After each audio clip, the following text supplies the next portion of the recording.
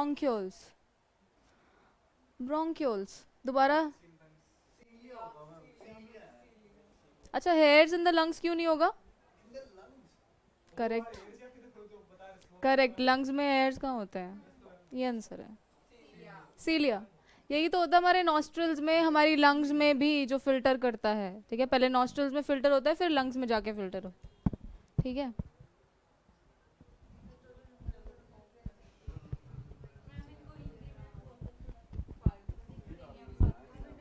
मिल जाएंगी ना ये हिंदी, मिल जाएंगी स्लाइड। अब से मिल जाएंगी। मैं सर मैं मैम को दे दूंगी, अमन मैम को, तो अमन मैम सेंड कर देंगे।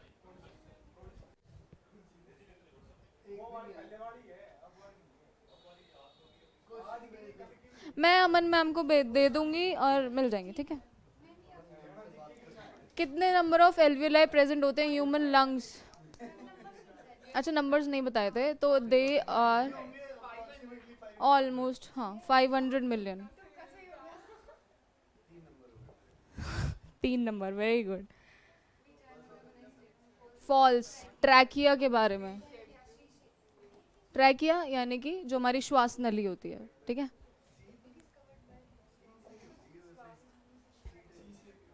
रिंग्स होती हैं। गलत कौन सा है ट्रैकिया के बारे में?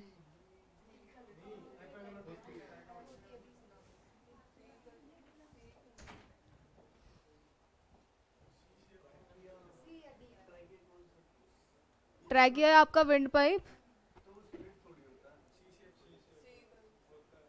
मैंने क्लियरली बताया था कि ट्रैकिया ही जाके स्प्लिट हो रहा है। अच्छा। रिंग्स होती है, मैंने बताई थी ट्रैकिया के ऊपर। जो ट्रैकिया का स्टार्टिंग वाला पाइप होता है उस पर रिंग्स होती हैं। सारे सही हैं। ये कहाँ होता है? ये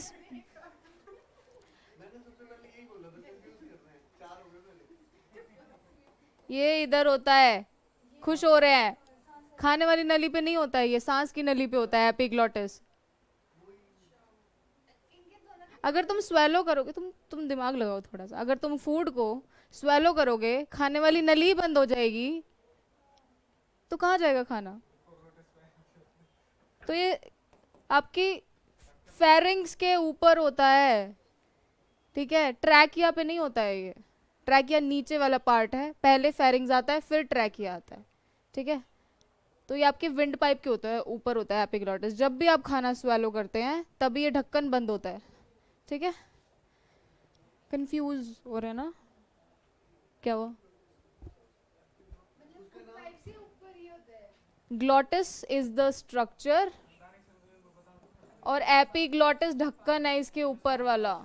बताया था मैंने। हाँ। ठीक है।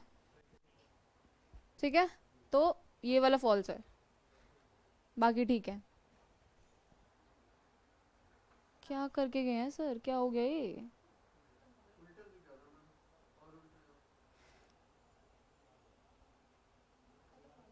नहीं नहीं, ऐसे कैसे खत्म हो गई? अरे सर का ना, सर ने स्लाइड, यार सर का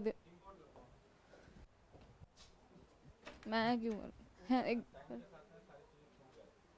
सेकंड वाली नहीं लगाई पीडीएफ, भूल गए, नहीं लगाई, दिख ही नहीं रही।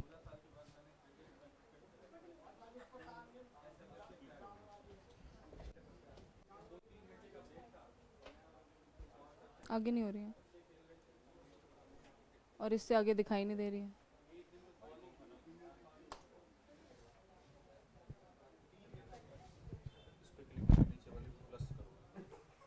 इस पे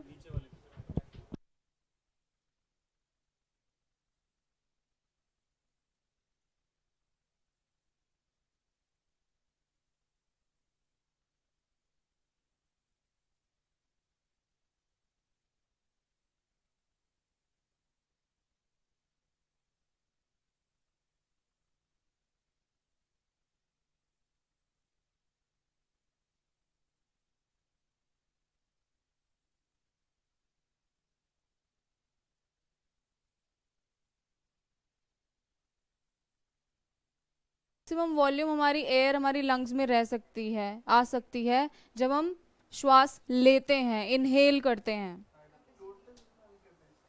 सही बात। ठीक है। वाइटल कैपेसिटी यानी कि कितनी लंग हमारी रह जाती है इनहेल करने एक्सहेल करने के बाद भी, दैट इज वाइटल कैपेसिटी। ठीक है। वेंटिलेशन रेट, वो हम किस रेट से हमारा इनहेल रहता है, एक्सहेल रहता है। ठीक है। टाइडल वॉल्यूम मतलब हमारा जो टोटल हाँ टोटल जो लंग कैपेसिटी है माइनस हमारा एक्सहेलेशन कितना हो रहा है। वाइटल कितनी रह जाती है, बच जाती है।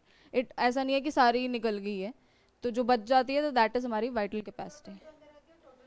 हाँ, जो जितनी मतलब हमने इनहेल करी है मैक्सिमम, वैसे मोस्टली पूछा जाता है हमारा क्या है टोटल लंग कैपेसिटी। ठीक है। नेक्स्ट,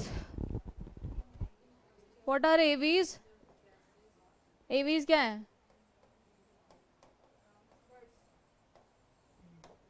पक्षी, पक्षियों का, ये हमारे फाइलम है एवीज। हम हैं mammals, reptiles, aves, mammals, spices. Spices क्या होते हैं? ये हाँ, फिशेस। तो एवीज में एक्सचेंज ऑफ गैसेस किस तरीके से होता है?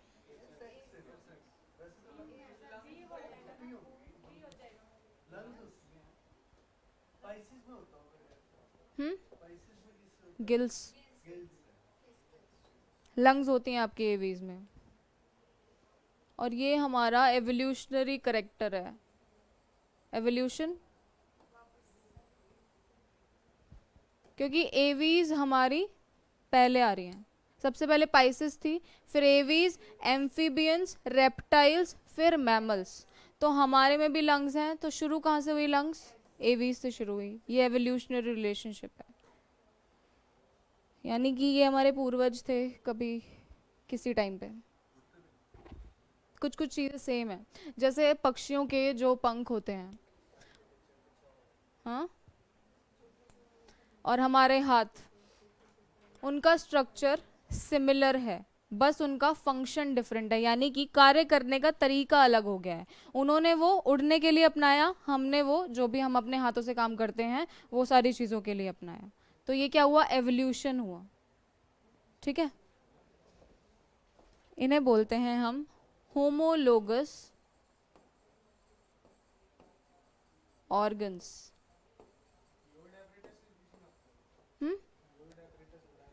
फ्रॉग्स में,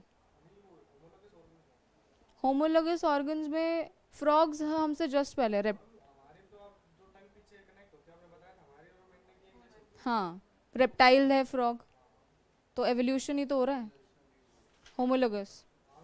हम्म हम्म तो होमोलोगस ऑर्गन आपके क्या हुए? स्ट्रक्चर, यानी कि जो रूपांतरण है वो क्या है? सेम है।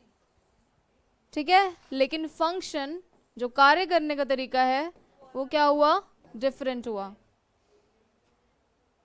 दूसरे आते हैं हमारे, अब ये हुआ है तो सेकंड भी बताती हूँ मैं, बाकी इसको थोड़ा डिटेल में बाद में करेंगे। एनालॉगस ऑर्गन्स, जिनका स्ट्रक्चर डिफरेंट है लेकिन फंक्शन क्या है? सेम है। होमवर्क है, देख के आना कौन से एनिमल्स हैं, क्वेश्चन आता है उन पे। एनालॉगस, होमोलोगस मैंने बताया, जैसे हमारे और बर्ड्स के यहाँ से क्वेश्चन आते हैं। ठीक है। एवोल्यूशन से क्वेश्चन बनते हैं हमारे, बहुत कई क्वेश्चंस बनते हैं। ठीक है। तो एनालॉगस का देख कर आना, पढ़ के आना थोड़ा सा।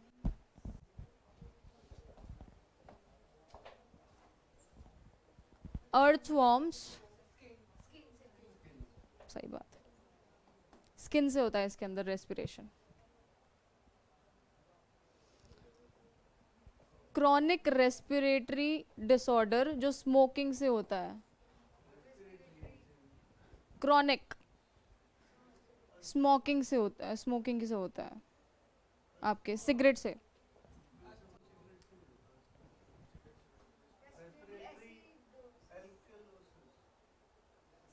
रेस्पिरेटरी एल्कलोसिस का मतलब है इसमें आपके क्षार का जो क्वांटिटी है, बेसिक क्वांटिटी आपकी लंग्स में बढ़ जाती है, एल्कलीज की क्वांटिटी। और एसिडोसिस का मतलब है एसिड बढ़ जाता है। तो बताओ क्या रह गया?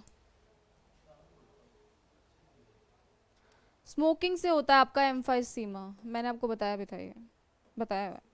अरे यहाँ पे अभी स्लाइड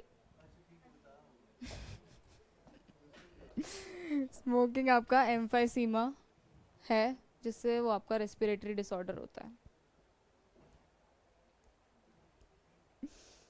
याद करो यार, ये एम्फाइसीमा बहुत कॉमन।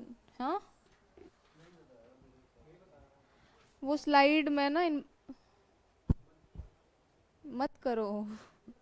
कहाँ है यार?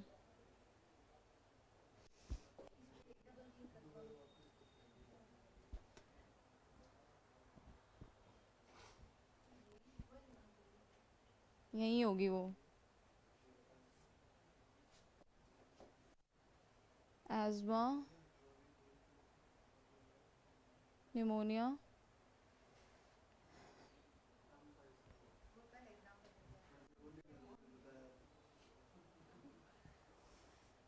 और एम्फाइसीमा की जो मैंने आपको ये बताया था कि ये स्मोकिंग से ज़्यादा होती है आपकी मोस्टली। इसके ट्रीटमेंट में भी लिखा है स्मोक क्विट करना।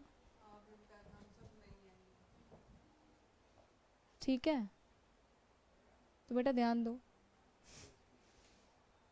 है ना?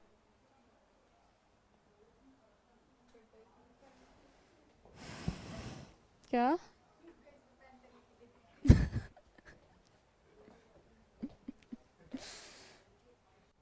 समझ में आया? एम्फाइसीमा से क्वेश्चन बनते हैं, है ना?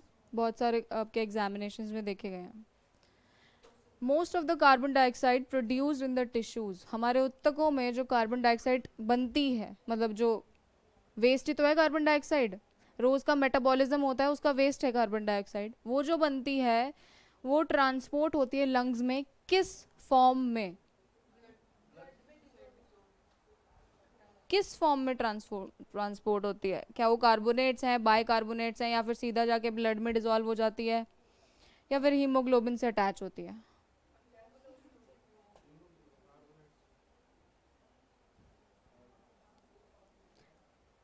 कार्बोनेट हमारी बॉडी में कभी भी अकेला नहीं होता, हमेशा ये होता है, और यही है वो बाइकार्बोनेट्स से ही, क्योंकि टिश्यूज में डायरेक्ट वो ब्लड से नहीं मिल सकता। पहले टिश्यूज में जो कार्बन डाइऑक्साइड बनती है वो बाइकार्बोनेट की फॉर्म में होती है, एंड देन फिर वो आगे कन्वर्ट होके ब्लड में वो करके हमारी जो पल्मोनरी वेन है वो लेकर जाती है लंग्स तक गैसियस एक्सचेंज के लिए। ठीक है? एल्विलाए किस टाइप का है जो गैसियस एक्सचेंज होता है, यानी कि ऑक्सीजन का आदान प्रदान, कार्बन डाइऑक्साइड का आदान प्रदान?